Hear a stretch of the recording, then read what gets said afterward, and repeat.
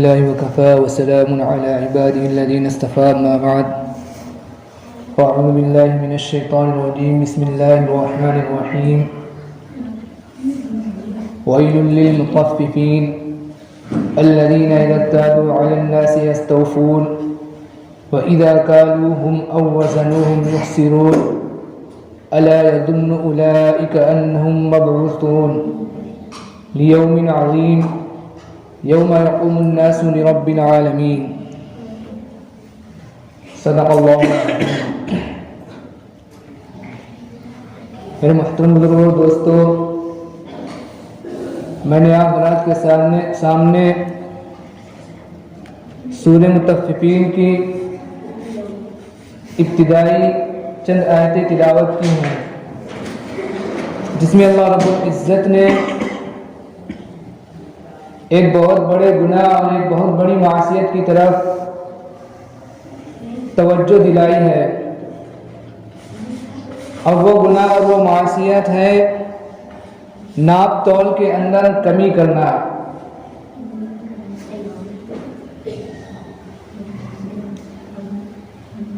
اسلامی شریعت کے اندر یہ تاکیدی حکم ہے کہ انسان اپنی تجارت میں ناپ اور تول کے اندر درستگی کا خاص اہتمام کرے. اور قرآن کے اندر اللہ رب العزت نے کئی جگہ اس کے متعلق آیتیں بھی نازل فرمائیں. چنانچہ اللہ رب العزت نے ایک جگہ ارشاد فرمایا وَأَوْفُوا الْكَيْلَ إِذَا كِلْتُمْ وَزِنُوا بِالْقِسْطَاسِ الْمُسْتَقِيمِ ذَلِكَ خَيْرٌ وَأَحْسَنُ تَأْوِيلًا. اور ناپ پورا بھرو جب ناپ کر دینے لگو.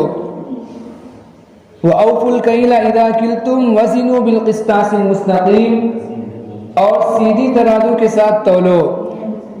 ذَلِكَ خَيْرٌ وَأَحْسَنُ تَأْوِيلًا. یہ زیادہ بہتر ہے اور اس کا انجام اچھا ہے. اور سورہ رحمان کے اندر اللہ رب العزت نے ارشاد فرمایا اللہ تطغوا فی المیزان واقیموا الوزن بالقسط ولا تخسروا المیزان، کہ لیتے وقت ترازو کے اندر زیادتی نہ کرو اور انصاف کے ساتھ سیدھی ترازو سے تولو. اللہ تطغوا فی المیزان وَأَقِيمُوا الْوَزْنَ بِالْقِسْطِ وَلَا تُخْسِرُوا الْمِيزَانَ. اور دیتے وقت کم تول کر مت دو. اور سورہ مطففین کے اندر اللہ رب العزت نے ان لوگوں کے بارے میں جو ناپ اور تول کے اندر کمی کرتے ہیں دردناک عذاب کی وعید بیان کی گئی ہے. چنانچہ اللہ رب العزت نے سورہ مطففین کے اندر ارشاد فرمایا وَيْلٌ لِّلْمُطَفِّفِينَ الَّذِينَ إِذَا اكْتَالُوا عَلَى النَّاسِ يَسْتَوْفُونَ وَإِذَا كَالُوهُمْ أَوْ وَزَنُوهُمْ يُخْسِرُونَ أَلَا يَظُنُّ أُولَٰئِكَ أَنَّهُمْ مَبْعُوثُونَ لِيَوْمٍ عَظِيمٍ يَوْمَ يَقُومُ النَّاسُ لِرَبِّ الْعَالَمِينَ. کہ بڑی خرابی ہے، ہلاکت اور بربادی ہے، دردناک عذاب ہے ناپ اور تول کے اندر کمی کرنے والوں کے لیے. وَيْلٌ لِّلْمُطَفِّفِينَ الَّذِينَ إِذَا اكْتَالُوا عَلَى النَّاسِ يَسْتَوْفُونَ. کہ جب وہ دوسروں سے لیتے ہیں ناپ کر لیتے ہیں تو پورا پورا لیتے ہیں. الَّذِينَ إِذَا اكْتَالُوا عَلَى النَّاسِ يَسْتَوْفُونَ وَإِذَا كَالُوهُمْ أَوْ وَزَنُوهُمْ يُخْسِرُونَ. اور جب دوسروں کو دیتے ہیں تو گھٹا کر دیتے ہیں. پھر آگے اللہ رب العزت نے ارشاد فرمایا الا یظن اولئک انہم مبعوثون لیوم عظیم. کیا ان کو یہ خیال نہیں ہے کہ یہ ایک ایسے عظیم دن کے اندر دوبارہ زندہ کر کے اٹھائے جائیں گے. ایک عظیم دن کے اندر یہ دوبارہ زندہ کر کے اٹھائے جائیں گے. الا یظن اولئک انہم مبعوثون لیوم عظیم یوم یقوم الناس لرب العالمین. کہ جس دن کے اندر تمام کے تمام انسان رب العالمین کے سامنے کھڑے ہوں گے. تو جو لوگ اپنے ناپ اور تول کے اندر کمی کرتے ہیں جتنا جو خریدار کو دینا چاہیے، جتنا اس کا حق ہے اتنا نہیں دیتے بلکہ گھٹا دیتے ہیں، تو اللہ رب العزت نے ان کے لیے دردناک عذاب کی وعید بیان فرمائی ہے، اور ان کے لیے سخت عذاب ہے، ان کے لیے ہلاکت اور بربادی ہے، ان کے لیے بڑی خرابی ہے۔ اور حضرت شعیب علیہ السلام جو تھے، اللہ تعالیٰ نے حضرت شعیب علیہ السلام جس قوم کی طرف بھیجے گئے تھے، اس قوم کے اندر جہاں بہت ساری خرابیاں تھیں، وہاں اس قوم کے اندر یہ خرابی بھی پائی جاتی تھی کہ وہ قوم ناپ اور تول کے اندر کمی کرتی تھی۔ اللہ رب العزت نے اس قوم کو ہلاک اور برباد کر دیا۔ وہ قوم اللہ تعالیٰ کی عذاب کا مستحق بن گئی۔ اللہ تعالیٰ نے ان خرابیوں کی وجہ سے پوری قوم کو ہلاک اور برباد کر دیا۔ حضرت شعیب علیہ السلام کو اللہ تعالیٰ نے جس قوم کی طرف بھیجا، جہاں وہ قوم کفر، شرک، بت پرستی اور دیگر جو گناہ کے اندر مبتلا تھی، وہیں اس قوم کے اندر یہ بات بھی پائی جاتی تھی کہ وہ قوم ناپ اور تول کے اندر کمی کیا کرتی تھی۔ حضرت شعیب علیہ السلام نے اس قوم کو سمجھایا، توحید کی دعوت دی، اللہ تعالیٰ کی وحدانیت کی دعوت دی، انہیں کفر اور شرک سے باز رہنے کو کہا، اور انہیں برائیوں سے روکا، اور انہیں ناپ تول کے اندر کمی کرنے سے باز رہنے سے کہا، لیکن وہ قوم باز نہیں آئی، اور اس نے حضرت شعیب علیہ السلام سے کہا، اصلاتک تأمرک ان نترک ما یعبد آباؤنا او ان نفعل فی اموالنا ما نشاء؟ کیا آپ کی نماز آپ کو اس بات کا حکم دیتی ہے کہ ہم ان لوگوں کی عبادت کو چھوڑ دیں جن کی عبادت ہمارے آبا و اجداد کیا کرتے تھے؟ او ان نفعل فی اموالنا ما نشاء، یا ہم اپنے مال کے اندر جس طرح تصرف کرنا چاہتے ہیں اس طرح تصرف کرنا چھوڑ دیں، یعنی یہ ہمارا مال ہے، ہم جس طرح چاہیں اس کو حاصل کریں، جس طرح چاہیں کمائیں، چاہے ہم اس کو ناپ تول کے اندر کمی کر کے حاصل کریں، چاہے ہم اس کو ڈاکہ زنی کر کے حاصل کریں، چاہے ہم اس کو چوری کر کے حاصل کریں، یہ تو ہمارا مال ہے، ہم چاہے اس کو جس طرح حاصل کریں۔ حضرت شعیب علیہ السلام نے انہیں سمجھایا، بار بار سمجھایا، اچھے سے سمجھایا، ان کو پیار و محبت سے سمجھایا، نرمی کے ساتھ سمجھایا، لیکن وہ قوم باز نہیں آئی۔ پھر جب وہ قوم باز نہیں آئی تو پھر اللہ تعالیٰ نے ان کے ساتھ وہی حشر کیا جو نبی کی بات نہ ماننے والوں کے ساتھ ہوتا ہے۔ چنانچہ تین دن تک ایسی سخت گرمی پڑی اس قوم کے اندر، اور اس بستی کے اندر جہاں یہ قوم آباد تھی، اتنی زیادہ سخت گرمی پڑی کہ پوری کی پوری قوم گرمی کی وجہ سے پریشان ہو گئی۔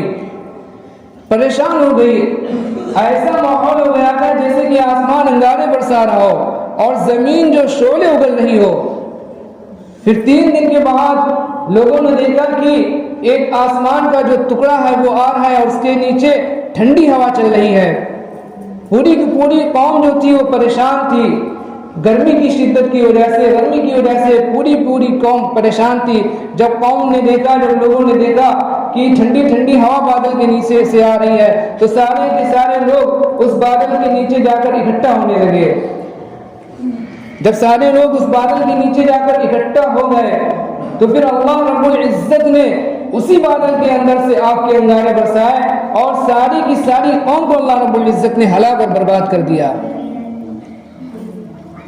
یہ اس لیے کیا کہ جہاں ان کے اندر دیگر جو خرابیاں تھیں، وہ کفر، بت پرستی، شرک کے اندر اور دیگر گناہوں کے اندر جہاں وہ مبتلا تھی، وہیں اس قوم کے اندر یہ خرابی بھی پائی جاتی تھی کہ وہ قوم اپنی تجارت کے اندر، ناپ تول کے اندر کمی کیا کرتی تھی۔ اس لیے اللہ رب العزت نے پوری کی پوری قوم کو ہلاک اور برباد کر دیا۔ ایک مرتبہ حضور پاک صلی اللہ علیہ وسلم ایک بازار کے اندر تشریف لے گئے، اور آپ صلی اللہ علیہ وسلم نے گلے کے اندر ہاتھ ڈالا تو گلہ جو اندر سے تر تھا، بھیگا ہوا تھا، تو آپ صلی اللہ علیہ وسلم نے ان سے کہا کہ یہ گلہ کیوں بھیگا ہوا ہے، اس کو اوپر کیوں نہیں کیا؟ تو انہوں نے کہا کہ یہ بارش کی وجہ سے ایسا ہو گیا تھا۔ حضور پاک صلی اللہ علیہ وسلم نے کہا کہ اس کو اوپر کرنا چاہیے تھا تاکہ خریدار کو پتہ چل جاتا، وہ لینا چاہتا تو لیتا، نہ لینا چاہتا تو نہ لیتا۔ پھر آپ صلی اللہ علیہ وسلم نے آگے ارشاد فرمایا من غش فلیس منا، جو دھوکہ دے وہ ہم میں سے نہیں۔ ہمارا اور مسلمانوں کا اور ایمان والوں کا یہ شیوا تھا اور یہ طرح امتیاز تھا۔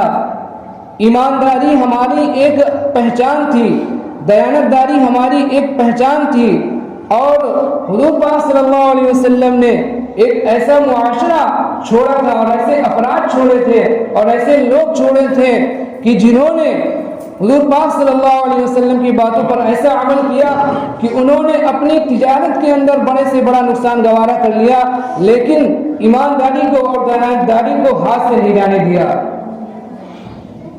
پھر اللہ رب العزت نے انہیں ایسا چمکایا، انہیں ایسا نوازا کہ ان کو سیاست بھی عطا کی گئی، ان کی دنیا بھی اللہ رب العزت نے بنائی، ان کو سیاست سے بھی نوازا، ان کو مال و دولت سے بھی اللہ تعالیٰ نے نوازا، ان کو حکومت اور سلطنت سے بھی نوازا، اور اللہ تعالیٰ نے ان کو ایسا بنا دیا کہ ساری دنیا والے ان کو لوہا ماننے پر مجبور ہو گئے۔